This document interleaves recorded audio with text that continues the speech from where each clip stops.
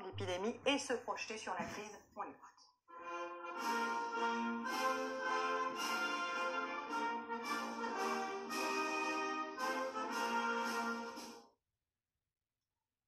Françaises, Français, mes chers compatriotes, je veux ce soir vous parler des jours qui viennent, de notre organisation face à l'épidémie, tirer les premières leçons de cette crise et dessiner en quelques lignes notre nouveau chemin. À partir de demain, nous allons pouvoir tourner la page du premier acte, en quelque sorte, de la crise que nous venons de traverser. Dès demain, tout le territoire, à l'exception de Mayotte et de la Guyane où le virus circule encore activement, tout le territoire donc passera dans ce qu'il est désormais convenu d'appeler la zone verte, ce qui permettra notamment une reprise plus forte du travail et la réouverture des cafés et restaurants en Île-de-France. Dès demain, il sera à nouveau possible de se déplacer entre les pays européens. Et à partir du 1er juillet, nous pourrons nous rendre dans les États hors d'Europe où l'épidémie sera maîtrisée. Dès demain, en Hexagone comme en Outre-mer, les crèches, les écoles, les collèges se prépareront à accueillir, à partir du 22 juin, tous les élèves, de manière obligatoire et selon les règles de présence normales. Il faudra continuer d'éviter au maximum les rassemblements, car nous savons qu'ils sont les principales occasions de propagation du virus. Ils resteront donc très encadrés. Le second tour des élections municipales pourra se dérouler dans les communes concernées le 28 juin. Enfin, pour nos aînés en maison de retraite ou en établissement, les visites devront désormais être autorisées. Nous allons donc pouvoir retrouver le plaisir d'être ensemble, de reprendre pleinement le travail, mais aussi de nous divertir, de nous cultiver. Nous allons retrouver pour partie notre art de vivre, notre goût de la liberté. En somme, nous allons retrouver pleinement la France. Cela ne signifie pas que le virus a disparu et que nous pouvons baisser totalement la garde. Il nous faudra pour longtemps encore vivre avec lui, respecter les règles de distance physique. L'été 2020 ne sera pas un été comme les autres et il nous faudra veiller à l'évolution de l'épidémie pour nous préparer au cas où elle reviendrait avec plus de force. La lutte contre l'épidémie n'est donc pas terminée, mais je suis heureux, avec vous, de cette première victoire contre le virus. Et je veux, ce soir, en ce moment, penser avec émotion à nos morts, à leurs familles, dont le deuil a été rendu plus cruel encore en raison des contraintes de cette période. Clore aujourd'hui le moment entamé avec le début du confinement n'avait rien d'une évidence. Si nous pouvons rouvrir le pays, c'est parce qu'à chaque étape de l'épidémie, chacun a pris sa part. Le Premier ministre et le gouvernement ont travaillé d'arrache-pied. Le Parlement s'est réuni, l'État a tenu, les élus de terrain se sont engagés. Le 16 mars, nous avons fait le choix humaniste de placer la santé au-dessus de l'économie en vous demandant de rester chez vous. Vous avez alors fait preuve d'un sens des responsabilités admirable. Et grâce à l'engagement exceptionnel de nos soignants et de toutes les équipes, l'ensemble des malades qui en avaient besoin ont pu être pris en charge à l'hôpital ou dans la médecine de ville. Grâce à tous ceux qui parmi vous ont continué à travailler, malgré l'angoisse bien souvent, pour assurer les services essentiels à la nation, nous avons pu nous nourrir et continuer de vivre. Lorsque le 13 avril dernier, je vous ai annoncé une sortie du confinement à partir du 11 mai, je sais que beaucoup alors le déconseillaient. Il n'y avait pas de consensus. Les avis étaient très différents, y compris parmi les scientifiques. Mais nous avons collectivement, méthodiquement, préparé ce qu'on a appelé le déconfinement. Là encore, tout le monde a travaillé d'arrache-pied. Nous avons surmonté les craintes, les angoisses, et vous êtes ressortis à nouveau, avez progressivement repris le travail. nous avons bien fait. Nos usines, nos commerces, nos entreprises ont pu redémarrer. La nouvelle étape qui s'ouvre à partir de demain va permettre d'accélérer la reprise. Il le faut. Et là aussi, je compte sur vous. Car nous devons faire pleinement repartir notre économie en continuant de protéger les plus fragiles. Nous n'avons pas à rougir, mes chers compatriotes, de notre bilan. Des dizaines de milliers de vies ont été sauvées par nos choix, par nos actions. Nous avons su doubler en quelques jours nos capacités de réanimation, organiser des transferts de centaines de patients entre régions et avec les pays voisins, approvisionner nos commerces, réorienter notre production industrielle, inventer des nouvelles solidarités. La période a montré que nous avions du ressort, de la ressource, que face à un virus qui nous a frappés plus tôt et plus fort que beaucoup d'autres, nous étions capables d'être inventifs, réactifs, solides. Nous pouvons être fiers de ce qui a été fait et de notre pays. Bien sûr, cette épreuve a aussi révélé des failles, des fragilités. Notre dépendance à d'autres continents pour nous procurer certains produits, nos lourdeurs d'organisation, nos inégalités sociales et territoriales. Je veux que nous tirions toutes les leçons de ce que nous avons vécu. Et avec vous, comprendre ce que nous avons mieux réussi ou moins bien réussi que nos voisins. Nos forces, nous les conforterons. Nos faiblesses, nous les corrigerons vite et fort. Le moment que nous traversons, et qui vient après de nombreuses crises depuis 15 ans, nous impose d'ouvrir une nouvelle étape afin de retrouver pleinement la maîtrise de nos vies, de notre destin en France et en Europe. Ce sera la priorité des 2 années à venir que je veux utile pour la nation. C'est aussi le cap de la décennie que nous avons devant nous. Retrouver notre indépendance pour vivre heureux et vivre mieux. Avec l'épidémie, l'économie mondiale s'est quasi arrêtée. Notre première priorité est donc d'abord de reconstruire une économie forte, écologique, souveraine et solidaire. Depuis le premier jour de la crise, notre mobilisation est totale, quoi qu'il en coûte. Tel était l'engagement que j'avais pris devant vous dès le mois de mars. Chômage partiel, prêt aux entreprises, accompagnement des commerçants, des indépendants, soutien des plus précaires.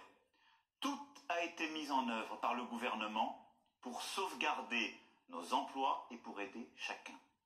Nous avons décidé des plans massifs pour des secteurs les plus durement touchés. L'industrie automobile, l'aéronautique, le tourisme, la culture, la restauration, l'hôtellerie.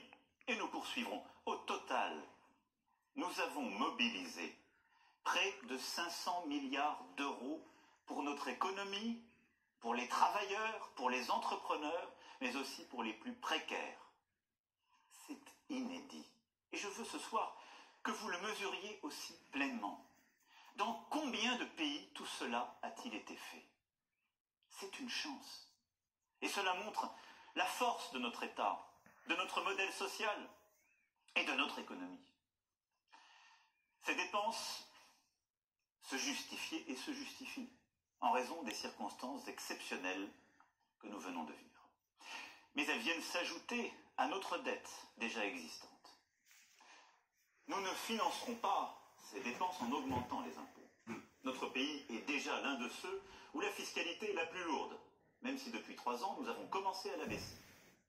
La seule réponse est de bâtir un modèle économique durable, plus fort, de travailler et de produire davantage pour ne pas dépendre des autres.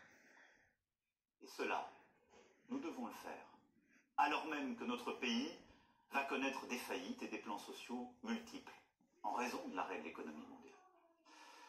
C'est pourquoi j'assumerai avec vous, avec toutes les forces de notre pays, avec le tissu de nos entreprises, avec nos salariés comme nos indépendants, nos corps intermédiaires, je m'engagerai dans cette reconstruction économique.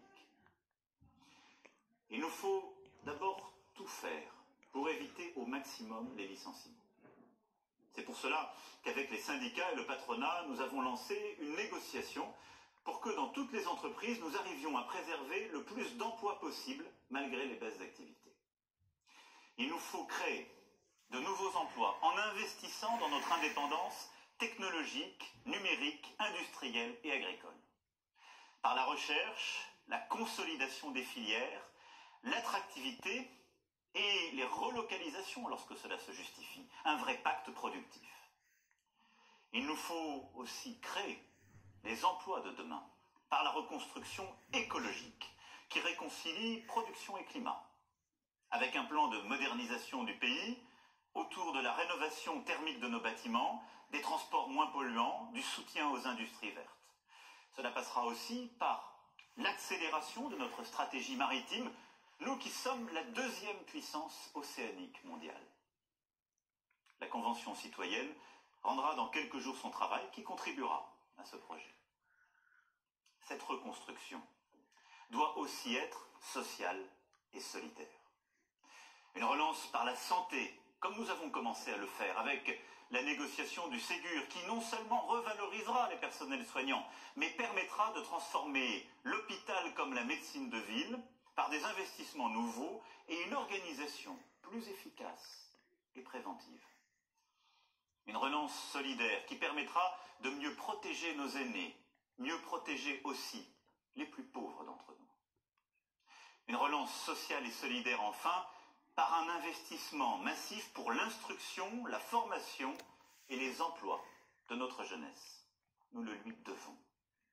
Nous lui avons tant demandé durant cette période. Elle va encore avoir un été, une rentrée si difficile, et c'est elle qui porte la dette écologique et budgétaire de notre pays. Ce plan de reconstruction se fera avec l'Europe, qui, après des débuts timides, s'est hissée à la hauteur du moment. L'accord franco-allemand autour d'un endettement conjoint et d'un plan d'investissement pour redresser l'économie du continent est un tournant historique. En empruntant pour la première fois ensemble, avec la chancelière d'Allemagne, nous proposons aux autres États européens de dire « nous » plutôt qu'une addition de « je ». C'est le résultat d'un travail acharné, initié par la France, et que nous menons depuis 3 ans. C'est peut-être là une étape inédite de notre aventure européenne et la consolidation d'une Europe indépendante qui se donne les moyens d'affirmer son identité, sa culture, sa singularité face à la Chine, aux États-Unis et dans le désordre mondial que nous connaissons. Une Europe plus forte, plus solidaire, plus souveraine. C'est le combat que je mènerai en votre nom dès le Conseil européen de juillet et dans les 2 années à venir. Cette reconstruction économique, écologique et solidaire sera la clé de notre indépendance. Elle sera préparée durant tout l'été avec les forces vives de notre nation pour être mise en œuvre au plus vite. L'indépendance de la France, pour vivre mieux, exige aussi notre unité autour de la République. Tel est le 2e axe de cette nouvelle étape. Je nous vois nous diviser pour tout et parfois perdre le sens même de notre histoire. Nous unir autour du patriotisme républicain est une nécessité. Nous sommes une nation où chacun, quelles que soient ses origines, sa religion, doit trouver sa place. Est-ce vrai partout et pour tout le monde? Non. Notre combat doit donc se poursuivre, s'intensifier, pour permettre d'obtenir les diplômes et les emplois qui correspondent aux mérites et talents de chacun, et lutter contre le fait que le nom, l'adresse, la couleur de peau réduisent encore trop souvent dans notre pays les chances que chacun doit avoir. Nous serons intraitables face au racisme, à l'antisémitisme et aux discriminations, et de nouvelles décisions fortes pour l'égalité des chances seront prises. Mais ce combat noble est dévoyé lorsqu'il se transforme en communautarisme, en réécriture haineuse ou fausse du passé. Ce combat est inacceptable lorsqu'il est récupéré par les séparatistes. Je vous le dis très clairement ce soir, mes chers compatriotes. La République n'effacera aucune trace ni aucun nom de son histoire.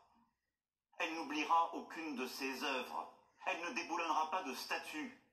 Nous devons plutôt lucidement regarder ensemble toute notre histoire, toutes nos mémoires, notre rapport à l'Afrique en particulier, pour bâtir un présent et un avenir possible d'une rive l'autre de la Méditerranée, avec une volonté de vérité et en aucun cas de revisiter ou de nier ce que nous sommes. Nous ne bâtirons pas davantage notre avenir dans le désordre. Sans ordre républicain, il n'y a ni sécurité ni liberté. Cet ordre, ce sont les policiers et les gendarmes sur notre sol qui l'assurent. Ils sont exposés à des risques quotidiens en notre nom. C'est pourquoi ils méritent le soutien de la puissance publique et la reconnaissance de la nation. Enfin, il me reviendra avec vous de bâtir de nouveaux équilibres dans les pouvoirs et les responsabilités. C'est le troisième axe que je vois à cette nouvelle étape. J'en ai la conviction profonde, l'organisation de l'État et de notre action doit profondément changer. Tout ne peut pas être décidé si souvent à Paris. Face à l'épidémie, les citoyens, les entreprises, les syndicats, les associations, les collectivités locales, les agents de l'État dans les territoires ont su faire preuve d'ingéniosité, d'efficacité, de solidarité. Faisons-leur davantage confiance. Libérons la créativité et l'énergie du terrain. C'est pourquoi je veux ouvrir pour notre pays une page nouvelle donnant des libertés et des responsabilités inédites à ceux qui agissent au plus près de nos vies. Liberté et responsabilité pour nos hôpitaux, nos universités, nos entrepreneurs, nos maires et beaucoup d'autres acteurs essentiels. Mes chers compatriotes, ce projet d'indépendance, de reconstruction, n'est possible que parce que depuis 3 ans, nous avons mené un travail sans relâche pour l'éducation, l'économie, la lutte contre les inégalités dans notre pays. Parce qu'aussi, nous nous sommes battus pour notre projet européen et notre place dans l'ordre international.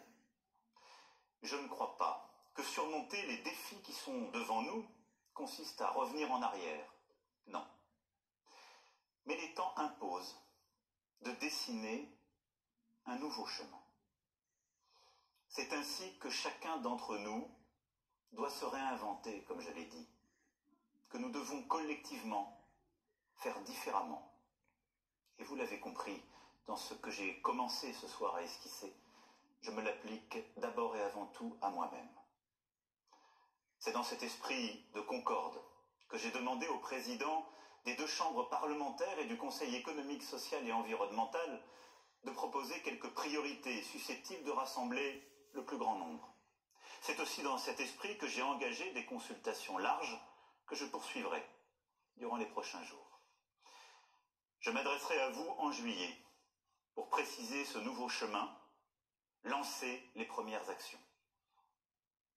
Et cela ne s'arrêtera pas. Mes chers compatriotes, nous avons devant nous des défis historiques. Pour les relever, n'oublions jamais nos forces, notre histoire, notre jeunesse, notre sens du travail et de l'engagement, notre volonté de justice, notre capacité de créer pour dire et changer le monde, notre bienveillance.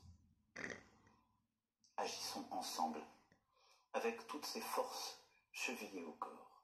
Ayons ensemble cette volonté de conquérir, cette énergie du jour qui vient. Vive la République, vive la France.